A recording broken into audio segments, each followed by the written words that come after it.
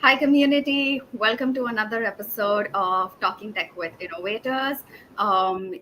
This event is organized by Facebook Developer Circles Mumbai in association with Maker Mela. We host a series of interviews with entrepreneurs, and this is for our innovators and for our developers in our community. I am Zarna, your host for today's session. And we, for the third episode, we have another very special set of guests. Farish, who is the co-founder and CTO at Mentza, and Anurag, who is the founder at Mentza.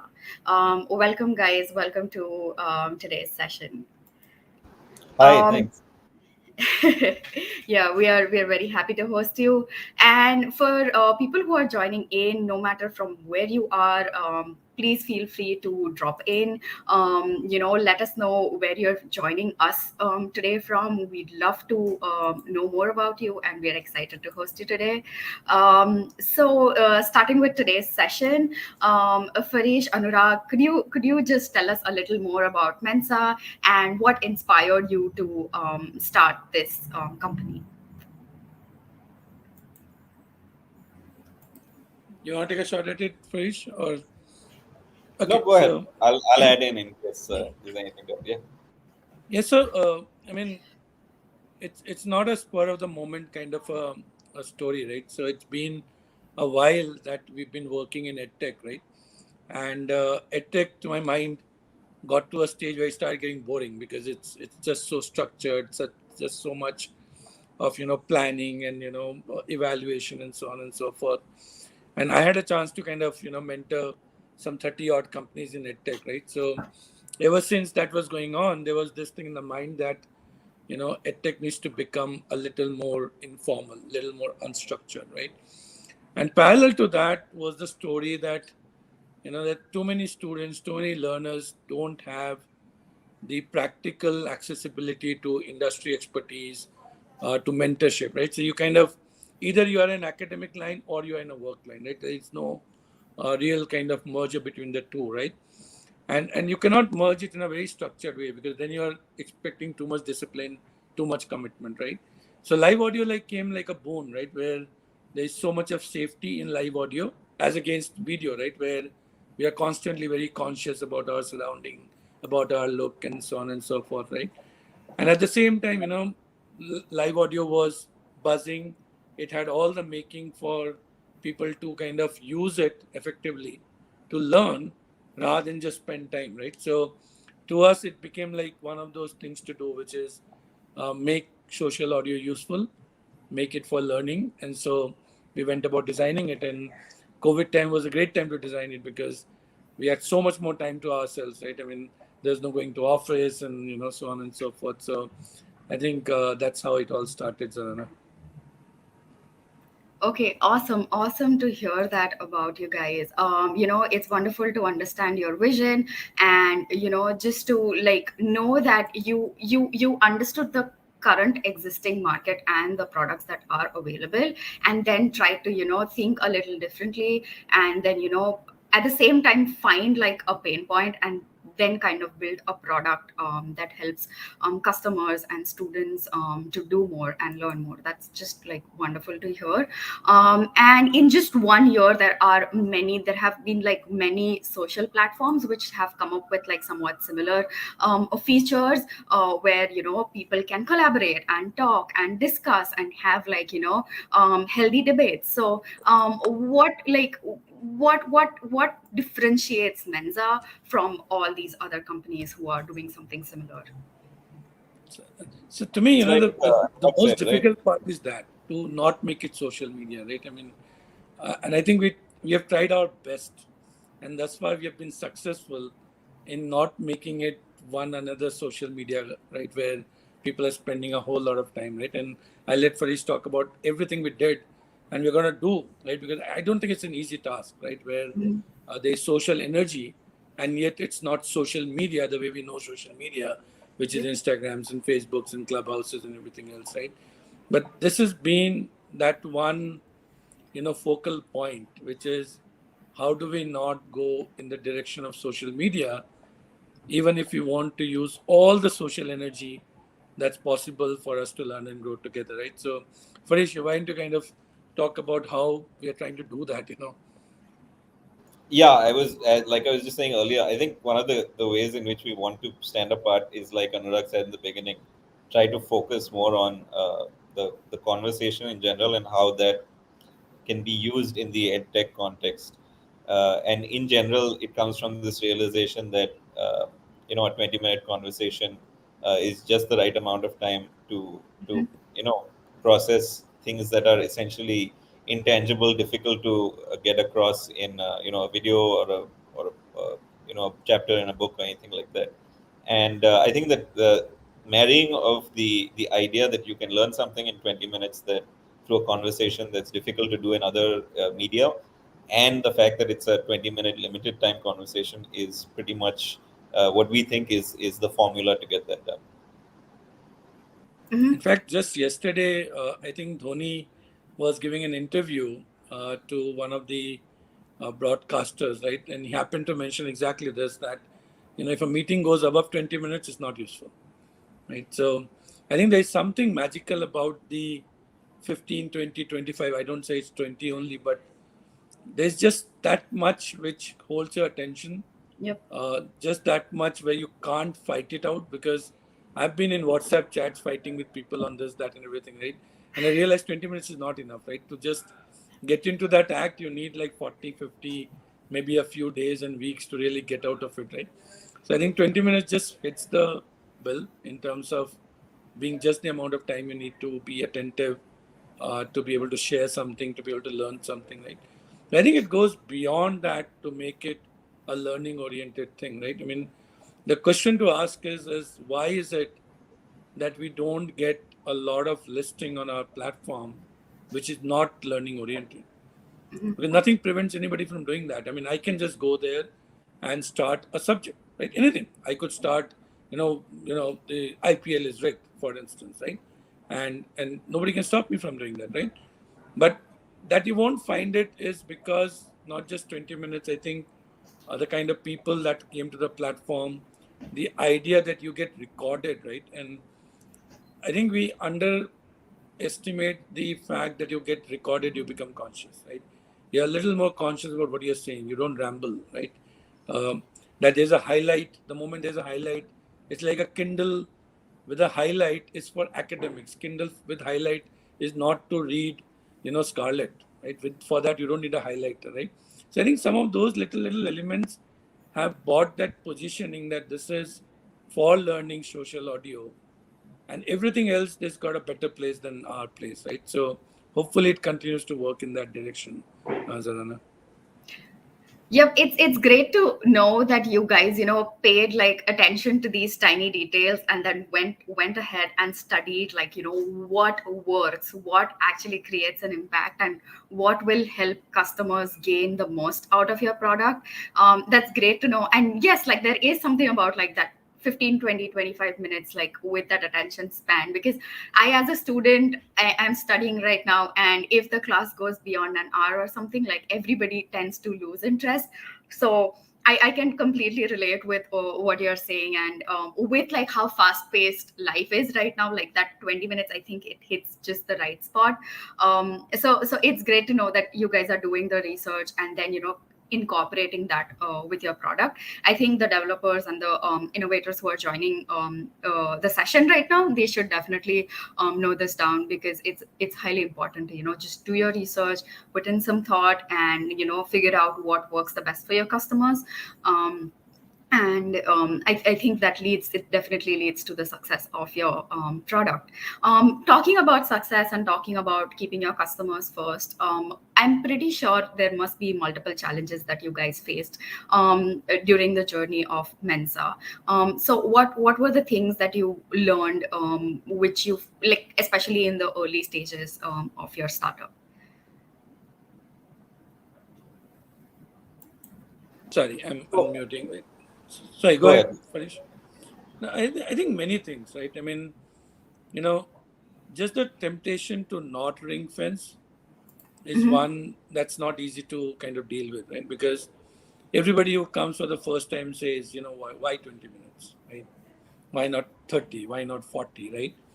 And every time they come back, they're like, just 20 minutes, and that's the best way to be, right? So there's a lot of temptation to take away all these rail guards, right, and make it like a free flowing platform. We'll have more people, more time, more conversations, right? Everything that investors like, right, Yep. so to say. And I think for our kind of a business, investors is a very, very important part of our story, right? It's not a consulting story that we can build on revenues, right? This requires a lot of green fuel, so to say, right? So I think just to be able to avoid that temptation is a big challenge by itself. Second, I think you know, sitting from where we are, we assume that learning is very motivating, right? I can tell you it's not true, right? And for good reason, right? People have busy lives and very focused lives. That many things they're trying to achieve. Everything is very goal oriented, right? And then you have another goal, which is to learn now on a Yep. continuous basis, right? So I think we cannot underplay the importance of extrinsic motivations, even if it is designed for pure play intrinsic motivation, right? So learning is, we believe, a very, very deeply, situated motivation in us, right? But I think we have to kind of balance it with extrinsic motivation. Plus, learning in isolation doesn't work, right? Learning has to link with networking. Learning has to link with some payoff in terms of portfolios. Learning has to link with careers and growth. So I think we started as a learning platform, but I can tell you that today we are a learning, growing career kind of a platform, right? Where people Mhm. are coming and extracting their piece of flesh out of it, and not just saying, I learned here, right? And Mhm. I think that's a transition we'll make, not necessarily transition, which is changing something, but kind of getting more focus to people growing and building careers, and not just learning for the sake of learning, right? And I think that's been great learning for us ourselves as we build the product. Farish, I mean, please. Yeah, just to add to that, I think the other challenging space that we find ourselves in is that people have some preconceptions about what social audio is about that are created by like the plethora of other applications that you're talking about. Mhm. People also have preconceptions with regard to what social media is about to a large extent. A lot of people see it as essentially a time sink, time wasting kind of exercise, unproductive exercise. We're trying to do something that's not necessarily novel, but it's not the norm certainly to be spending your time on social media and engaging in something productive. In fact, that's probably where social media gets most of its criticisms for being, all of these horrible things. And we come from a place where we believe that yes, it can be those things, but it can also be certain good things if it is designed in that way. Mhm. And obviously, it is a challenge for us because you can see, companies who have been in the social media space for many many years struggling with this, and so naturally their challenges are going to be our challenges. And I think the fact that we are at this stage, we have the benefit of learning from all the things that they didn't know when they first started out, and I think that puts us in a great position to start that way from the get-go and set certain norms about the platform that maybe other platforms didn't get to do in their early days. Yep, it's a great thing to like get inspired from competition and see like what and learn like what they couldn't get right, and maybe we can get that right, and that kind of works for our product, that kind of works for our community. It is great to know that you kind of covered that point, and I think a lot it does. It will definitely help a lot of the developers over here, just to think and like structure their product accordingly, like not see competition as inhibitors, but like more like, oh, how can we learn from them, how can we grow from them. So it's just great to know. And I mean, challenges are something that make life interesting. And like what was like the craziest and one of the most creative circles that you have seen in Mensa? So I liked one where I think we did a 20-minute conversation on the philosophical side of robots. So we got into dimensions of the conversation, like what does it say about us? If we start mistreating our robots, does it start to impact the way we are as a society and things like that? So I thought it was interesting because it's not the typical kind of content that you see people tend to talk about robots in a context of, oh, it's going to do your laundry, and oh, it's going to do this and that. And at the same time, this aspect is explored sometimes in like a science fiction context, but not very often in a conversation context. So I thought that was an interesting one. Anything that you have to add, Anurag, to this So really interesting it's story? full of it, right? I mean, you will see some gibberish also where somebody has created a circle called ZGHHFF, right? Because you can, right? But I personally think the one that surprised me was the one that there's a student in Dehradun who created a circle on, did aliens build pyramid, right? And Yep. initially I thought it was just some, just some, social audio. People want to just talk. And the good thing is that social audio also breaks the language barrier, right? So you Yep. can switch into Hindi and any other language. And I think that conversation warmed up, right? It started with a frivolous thought, maybe not in his mind who started the conversation, but in our minds that is frivolous, right? But I don't think I've been on Google as much in any 20 minutes than then. Because I was like constantly searching what happened, right? Well, so somebody said it's 20,000 kilos is the maximum weight, or 20,000 tons is the maximum weight of a rock. And then I looked and said, no, it's 80,000 tons, right? Which is massively much, much more than 20,000 tons. And so, there's no limit to human curiosity. And sometimes those curiosities are very, very weird. Like one more, which was about this lady who started a circle on a series actually on intimate moments, right? And wanted to talk about how people, get into intimate moments and all. And for once, I thought, is this what we want, right? But once you got in the conversation, realized that people are not stupid, right?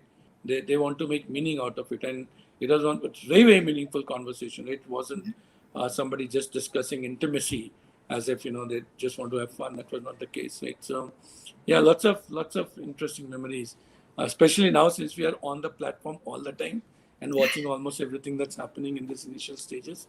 So yes. Yep, it's great to know that, like the whole platform has kind of become fluid, and like, thoughts are just like flowing, and people are just like talking about crazy things and ideas which they have within them. And I think it just gives them that liberty to express.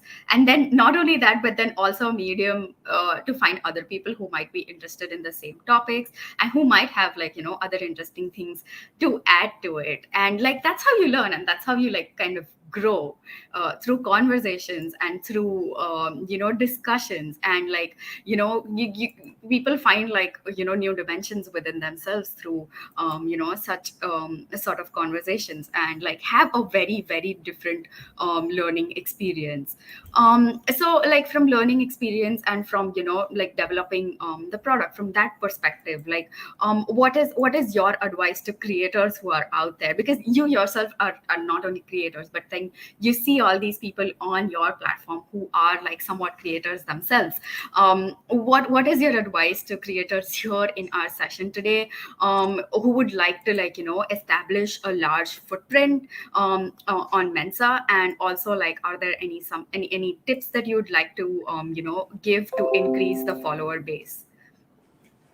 Two things, right, to my mind. I think as a learner, right, you should, swim into territories which are completely unknown, right? So just go to the vaguest possible spaces to learn, right? But as creators, stay close to where you are, right? Because, you know, the idea of social audio is not to be too effortful, right? So if somebody is spending hours to figure out a 20-minute, then it's not social audio. Then it becomes a lecture. It becomes like a webinar, seminar kind of a thing, right? So to the creators on our platform, I say, you know, just be adjacent to your topic of strength, right? And kind of keep building on it, right? Don't try to go too far, because then it shows not only that you have to put effort, which is not what I want. I want you to be natural in these platforms, but also from an audience point of view, it looks too curated. It looks like a class which is structured rather than an informal place where I can put my voice in, right? So if Zarana, you came very well prepared, right? Then very unlikely that I'll interrupt you and Yep. try and be part of a conversation. I'll let you be, right? When you are informal, right, it's an invitation for Farish and me to be part of that conversation, right? And we want it to be conversational learning.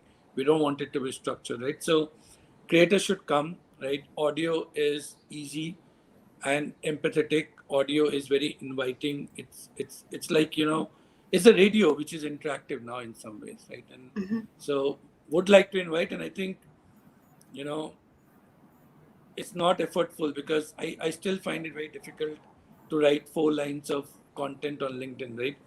But Yep. I can sit in any conversation for 20 minutes without a second invitation, right? I can just sit there because I can be part of it, right? So come, I think, enjoy the naturalness of conversation and put yourself out there. You will find followers, because if voice cannot, I don't know what will, because that's the most empathetic part of you, right? It's also recorded, so there's that aspect to consider as well, that conversation you're having is inherently shareable. So it's not just the conversation that you're having there and then, but it's potentially, new audiences that you can grow your, followers to, or potentially have someone spin off a subsequent conversation of the conversation you just had, and then expand it over multiple weeks and things like that. And if I could take 30 seconds and say, there's so many features we are building on Menza, right? And we've got a great tech team with Farish as the lead on it, right? We're building a lot of features, right? And I think by and by creators will see that it's not the 20 minutes, it's the 40 second. It's the ability to convert a 40-second audio into a video, to embed it here and there, to share it, right? To make that 40-second fly, right? In all different directions, to build a portfolio. I think there's a wealth of content repository to be discovered here, right? And in very different bite sizes, right? And I think that's what creators will find very, very interesting on this platform. Yep, features are something that like make a platform very versatile and also at the same time like unique. Like features are like inherent to any tech platform, and it's great that you guys are like kind of putting in effort to like see like how can you create that sort of a greater impact, like how can you reach as many people as you can, and how can like I love that Farish mentioned that one topic can lead to like something else and something else, and it's just like sort of a fission reaction of ideas and of thoughts, and it's great to know that you guys are like thinking from all these perspectives and like And now we are coming up with a reward program also for the creators, right? mhm. So there is a reward program we are building in, because they're putting the time to help us learn, right? I just before this session, I came out of a session which was on Western musicals, right? You've all heard them, right? But to understand the structure of it, and even a novice like me took away 2 lines, right? So there's no reason that somebody who is bringing his energy, right, to help us learn something should not be rewarded. So we are starting a reward program, like as of yesterday. Literally, I don't think I've spoken to anybody outside of our office as yet. So you're hearing it here first. But we want to build on that, right? We want everybody to feel rewarded. I because I learned, you because you taught, and so on and so forth, right? So more and more coming for creators to my mind. Yep, it's crucial to make your customers feel heard and feel valued, and just like kind of acknowledge and validate their contribution to the platform. So I think that reward program just works perfectly from that perspective. So that's just great to know. So yep, there is more, guys. If you're using Mensa, there is more coming, and you guys definitely need to look forward to it. And like moving forward now, since we have Farish over here, and we know that any especially if you have a software as a product, tech is the backbone, tech is the skeleton of any product that you are building. So what are the tools, what's the tech stack that you are using? If Farish, you could elaborate on that. And not only that, like I think tech stack is there, but like we have been asking a lot about the tech stack in our previous sessions, but in this session I would like kind of like to dive deeper into it, just because we have the CTO with us.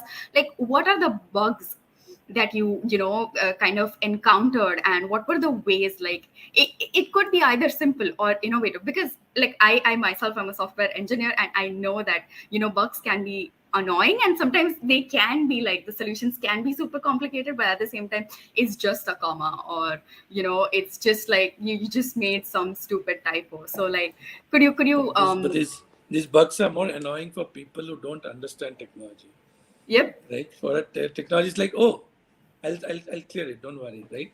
But for Yeah, somebody like me, yeah, it's like, wow, what happened? yeah. Yeah, I am pretty sure Farish can, shed some light on his own experience with bugs and the tools that he used, and just like your kind of way of approaching all these obstacles while coding. Sure. So I guess to answer most of those questions, generally it's important, I think, to know every aspect of your stack. You Hmm. shouldn't have areas that you're not familiar with, and if there's sort of black boxed areas, those are places where, if something goes wrong, that's it's essentially a blind spot for you. So it's very Yeah. important to know those, and if you don't know them, it's very important to have a plan as to what to do in case, you know you're zeroed in on a space where it's definitely not something that you have the resources to deal with. So that's important. In our specific case, the decision making is somewhat traditional. These days, when folks are new to building a tech product, there's a lot of advice floating around from places. Unfortunately, what I find is that a lot of that advice gets circulated after startups have kind of scaled to reach a certain level of a user base. And so if you try and start from there, you're probably handicapping yourself to a very high degree. So for example, a lot of tech folks would be familiar with topics like, should you go with architectures that are microservices heavy and have things like service discovery and containerization and all that stuff. Whereas the traditional way of doing things before we had cloud computing the way it is today was to have a giant monolith that sat on one server and have some redundancy based on. And honestly, that I believe that's the best way to start your product, and and run it for as long as you can, because essentially you're investing all of your time on the actual development and not spending time on obscure arcane kind of scaling related things because you chose to have some a certain kind of architecture. So that's generally the approach we've taken. As for in the mobile space, again, I generally tend to advocate, and that's what we've done, go with a cross-platform development kind of approach. Otherwise, you basically are spreading your resources out to a separate iOS team and a separate Android team and things like that. So we use Flutter, which is great. Um, in terms of bugs, I guess the interesting thing happened at the beginning of this month. So uh, our servers use an SSL provider, Let's Encrypt. It's very popular amongst startups. They changed something about the way their certificates work. I won't get into the details, but basically, um, every operating system has essentially a root trusted certificate store. That's not something that changes very often unless you apply your operating system updates. And this happened to be related to the change that took place with Let's Encrypt, and one of our servers was running a certificate there. And overnight, essentially, older devices couldn't access a certain aspect of the product anymore. And when I had looked into it, when Let's Encrypt made the announcements, they provided some kind of assurance that they had kind of worked it out in such a way that older devices would be compatible. And I guess the learning that comes out of that is you should not trust what a third party that does not have the same insight into your stack says about what a change in their situation is going to do. You should always kind of do a dry run and make sure that compatibility exists. And so overnight we had users who were on really old phones complaining that they were having some issues. And when I tracked down the issue, it turned out to be beyond the Flutter level. It was right down to the Dart programming language library level that had an incompatibility with the way it worked. And that was not something that Let's Encrypt or anybody had kind of factored into their announcement. They just generalized over Android, old Android in general, but not in the specific narrow case of old Android running a Flutter application, blah blah blah. And so I guess the takeaway from things like that is, if you don't know your stack inside out, if you don't know how things are interacting with each other, it's going to be very very difficult for you to kind of turn around a solution to that. I think it once the bug manifested, it took maybe about 20 minutes to just put an end to it, because it was easy to track down where exactly the problem was. And shortly after that, I even filed an issue with Dart GitHub, saying that this is an issue that's nowhere documented, nobody's talking about this, but it actually affects pretty much everybody from 1st of October onwards. We started getting a lot of traction thereafter. So I would say very important thing from my point of view is know every aspect of your stack, know every sort of level of it, and if you don't, then try and not use it if you can afford to, even if it means spending more time or more effort to do something. Okay, just like from my end, after listening to what you just said, like, how you focus on ensuring that you know your tech stack inside out, you know your code inside out. Like when you have a team and when there are multiple people contributing to one piece of code, like how do you ensure that, everybody is at the same page? Like, is there some sort of company norm that you have, like something that you guys use, which might be actually helpful to people viewing this right now? So the general, I think, norm in the industry is you use some kind of source code management. If you work at like a Hmm. big tech companies, they have their own, in-house thing usually. GitHub, GitLab, Bitbucket, these are all pretty much source control management systems, all built on top of Git. And there's Mercurial and all those other ones also. But I think Git is the most popular.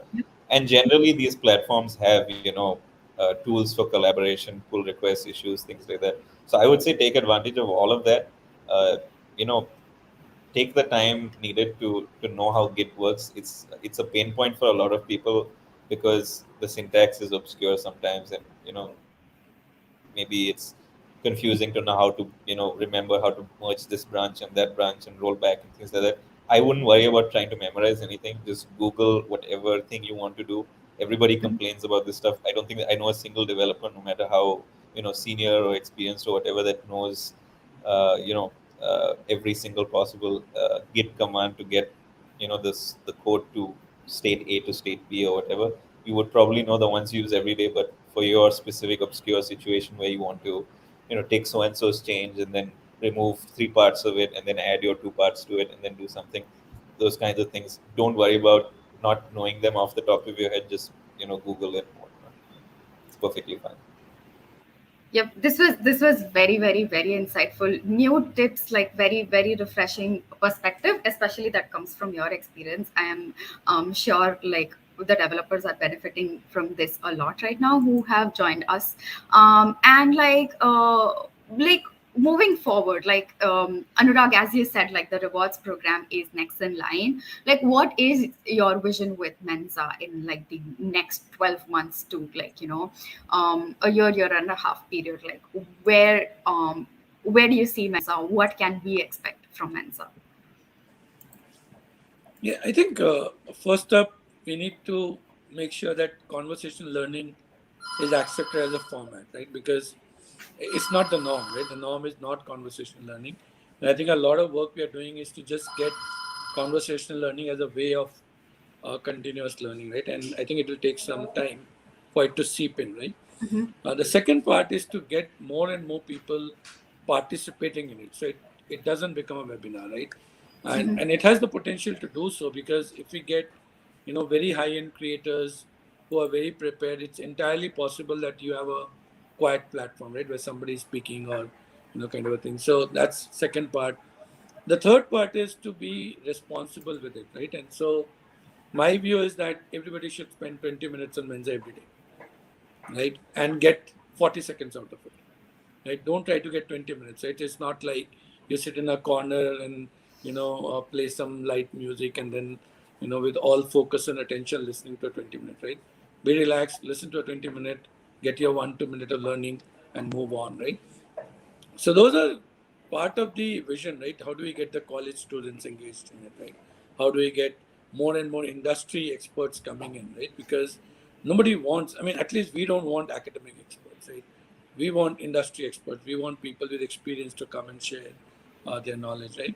Of course, we have our goals of kind of growing the user base and getting more minutes on the platform and getting the variety of content, right? But I think if we achieve those three things, all of this will happen.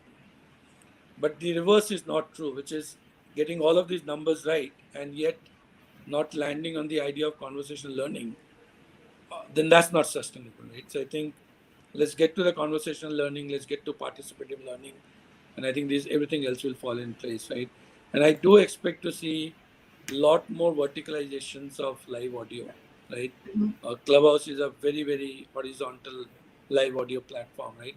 And I think we'll see many verticalizations, and I hope that conversational learning becomes one significant such thing in the live audio space, right? So, yeah, our work is quite cut out, so to say. um, yep, it's great to know that there is a lot, in store for Mensa and for users who are, on Mensa right now. And it's just great to see that you have this vision, and you know what you want the product to be like. You know what works and what does not work, and you understand how different your product is from the rest, and you kind of focus on building it on top of that. And it's I think it's something that every person who is trying to build a product should like focus on, should like learn from, and see like what is your unique USP, and like how can you build it more, how can you um you know build it in such a way that it creates a greater impact. And I am pretty sure people who have joined in today are learning a lot from you guys. It was great to speak with you, get to know all these insightful tips, very very fresh, refreshing, insightful tips. And I hope it inspires people who are developers, budding developers, to like focus on different spaces and try to do something different, try to do something new. And we will conclude the formal question and answer round and get into a more informal rapid fire question. I will just ask a bunch of like very simple, but like you really need to answer them very quickly. So let's begin. How many hours of sleep do you guys get? I don't sleep much. Like I can do with 4 hours in a day pretty easy. So I think sleep is cumulative, right? So I look at it on a weekly basis. So I try and get 40 a week, Uh, like eight a day, and it somehow adds up to 40. So maybe you get 5 on the weekdays, and then you just sleep a little extra on a Sunday or Yeah, something like that. this But is yeah, like, there's a uh-huh. mathematical view of sleep. Yeah.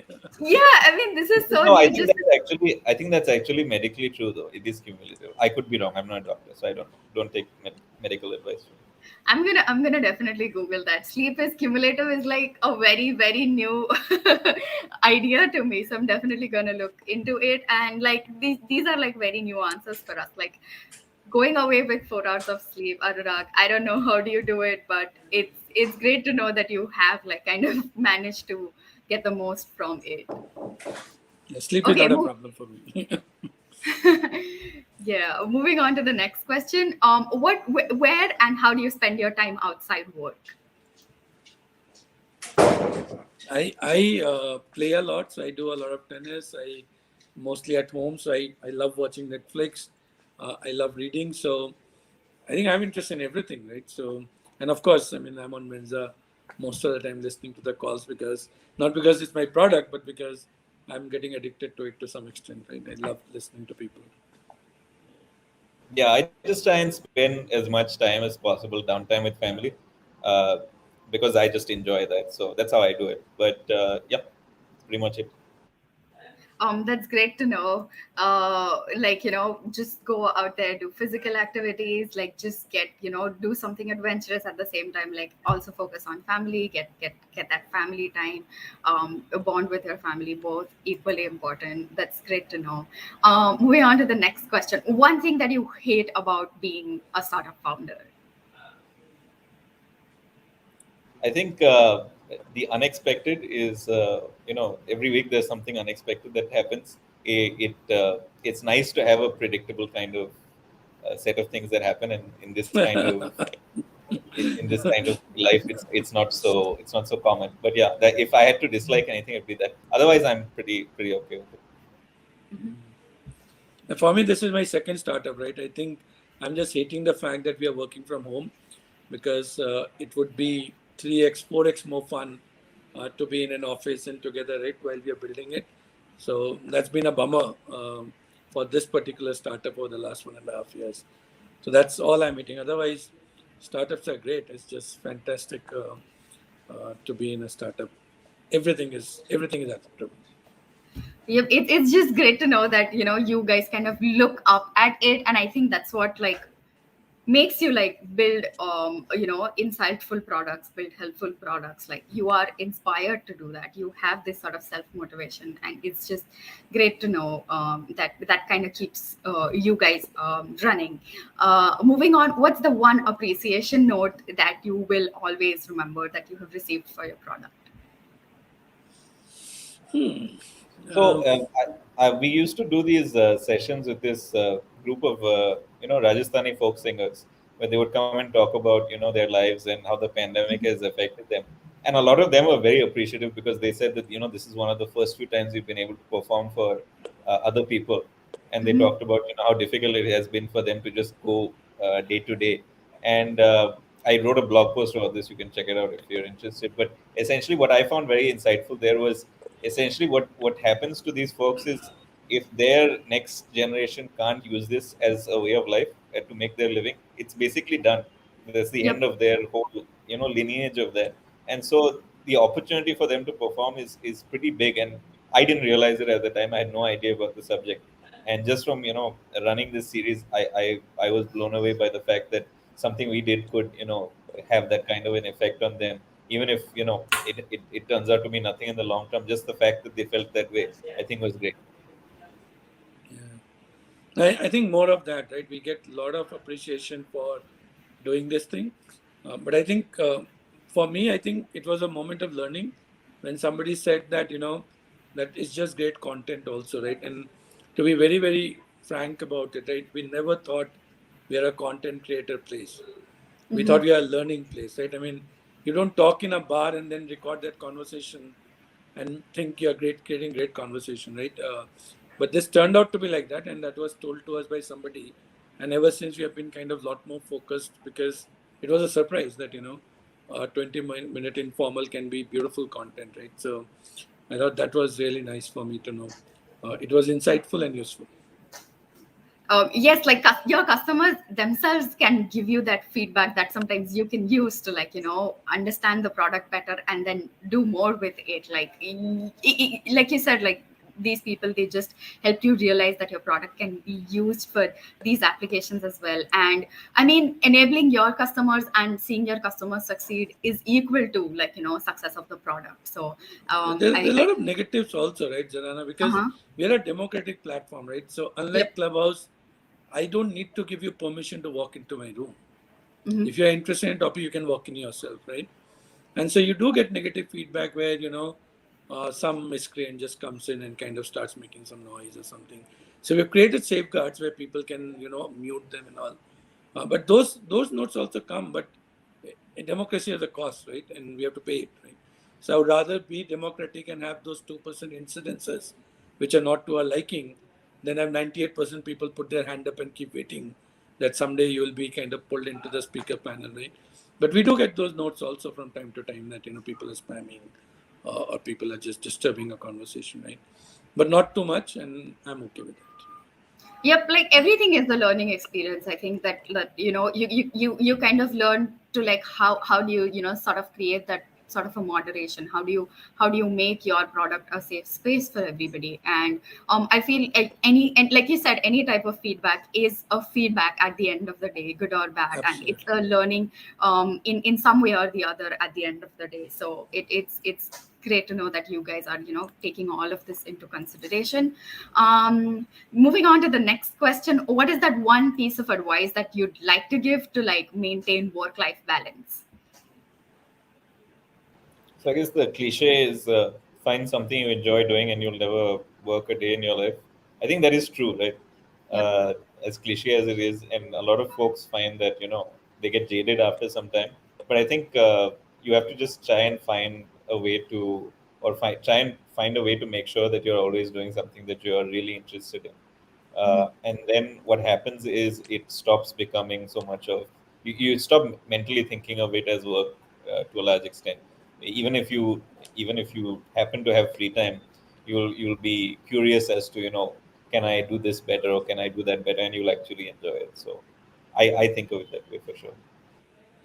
Yeah, to me, I think it's to me nothing is more important than balancing physicality, right? I mean, I don't think there is any way to manage stress, any way to get out of your laziness, but just go get physical, right? So play, walk, run. If you are in a job like ours, which is mostly on the phone and on the computers, if you're a very physical person anyways, doing a sales job or walking from store to store, then find some time to rest, because I think that balance is most Yeah. critical. And for me, to get physical is everything, right? It's about spending time with the family, going out and eating, going out and playing, and so on and so forth, right? But I would tell all the founders, right, walk and run. That's the only way you can live a founder life and come out of it without memory loss, without all of those things that can happen because of stress, right? I don't think there's any other solution. Yep, I really like the point that you kind of covered balance in a very new way. That, oh, okay, if you're a salesperson, if you're running around a lot, find some stability, find some peace, sit down, relax, and like for people who have a very sedentary life, go get moving, get running, do something, that like just pumps the blood into your whole system and makes you feel and refreshed and energized. And I think that's a great way to cover this question. And thank you so much, Farish and Anurag, for joining today's session. It has been incredibly insightful in like a very, very new way. We got to know a lot of different perspectives, new perspectives, and I think this is why we kind of tend to hold these sessions. It is somewhat similar to Mensa. If you see, like, yep, we want to have conversations, we want to see how can we learn and how can we grow in a collaborative way. So it was great having you guys here. I will just take some time to share our platform to the viewers and to the people who have joined here. I will just share my screen and introduce everybody to Facebook Developer Circles. Yep, as you can see, this is the page for Facebook Developer Circles Mumbai. As you can see, we have multiple tabs over here. The discussion just like includes all these events that we are hosting. We do tend to keep the people who from our community at the core. So we do tend to keep a lot of polls to understand what you guys would like to learn or do more. And there is a wide range of things that you can do and like interact and learn from. And another neat thing over here at our community, as you can see, there is a tab known as guides. Within guides, you can see that there are all these simple and quick lessons where you can learn to you can learn new technologies, you can do more. So do check it out. You can just like join over here, just fill out a request, and we will just approve it and you can be a part of the community. I think I will now give let Palak explain the Maker Mela part. Hi, I'm Palak Chopra. I'll just share my screen and take you to the Maker Mela platform and the event. All right. So can you see my screen? Hello? Yes. All right. So Maker Mela is an initiative of Sumaya Trust and Sumaya Vidya here. It is organized by Riddle and is regarded as Asia's biggest maker gathering. It annually hosts 100 plus global maker teams and is a premier event for grassroots innovations. Now makers get an opportunity to pitch their ideas to eminent angel investors and government officials. Along with that, they get benefits like Google Cloud credits and AWS credits, which are worth $2,000. Now, in 2020, which was last year, Maker Mela initiated a virtual platform, which you can see on the screen here, to exhibit their innovations. 100 plus innovators from like 15 plus countries participated and showcased their projects on the Maker Mela platform. In the past years, Maker Mela has received patronage from prestigious initiatives like UNESCO, Startup India, Skill India, and NYCS. Now, coming back to the platform, let's see, we have categories here. So, just taking anyone, for example, biotech. As you can see, no matter who you are, all we all have secret skills to share. So, come join a community of curious makers, innovators, and entrepreneurs who love to share what you make. Now, making things makes people happy. We can't prove it, but we just know it's true. So, you can very easily create an account on the platform, fill the form with the details of your projects, and shortlisted makers will be showcased on the Maker Mela platform. So connect with other makers, get involved. There are a bunch of opportunities for all of you guys. So, who knows what might happen when you put your creative ideas out there. Thank you. I like how, the whole platform is like very, like creator friendly. Like, yes, just unleash your potential. Just try to do new, try to do something new, try to do something more. It's just great to know that. We will open, up for questions, any sort of questions from our viewers for, Anurag and Farish over here. Guys, if you have any questions, feel free to ask them right away. Farish and Anurag are great, full of insights, and I'm pretty sure they'll, share their own perspective. So if you have any questions, please go right ahead.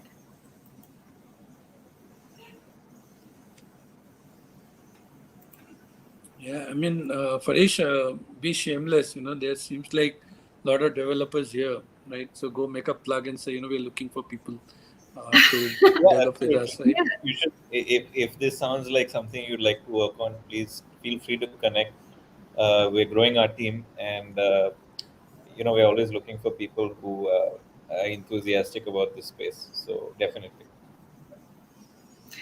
Awesome. More opportunities for people over here. Guys, if you have any questions, now is the time.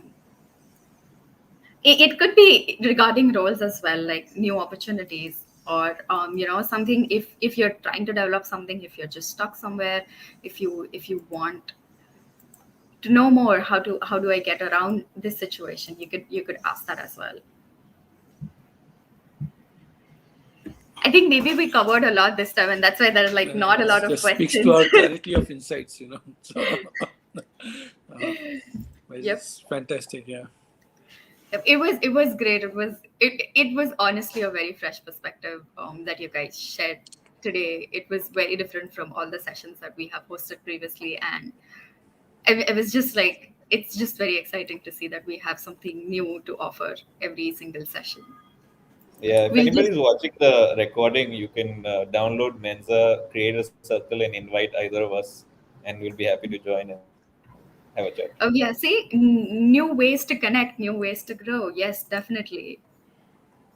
We just wait about for another minute or so to see if anybody's like, has any questions. If not, we'll just conclude this particular session. And yes, you guys can definitely reach out to Anurag and Farish, not only on Mensa, but through different various platforms as well, and I'm pretty sure they'll be more than happy to answer your questions for you. Absolutely. This has been fantastic, Zarana. Thanks for hosting us. And, as you build, we build. So all of us kind of get into building things and make things better. Yep. And I think that's more exciting. Thank you for hosting us. And Farish, any last comments? No, thanks a lot. This was great. And yeah. Thank you for joining. I think we'll go ahead and conclude the session. We hope to host you again in the future for something else. Maybe we might come to Mentza and like try to do something feel over free. We there. have got designers in our team who have designed the thing. They are co-founders, so happy to kind of get them to talk about the design aspect of tech, which is very, very crucial nowadays, right? So feel free. We really enjoyed this. Thank you so much, Anna. Yep. Thank you guys for Thanks. joining us. It was great. Super. So See you. Bye-bye. Yep, thanks everybody for joining today's session. We do host this session every Saturday at 7:30 p.m. IST. So definitely join us to to all these lightning conversations. We are looking forward to see you. Bye. Bye-bye. Thank you. Enjoy. Thank you.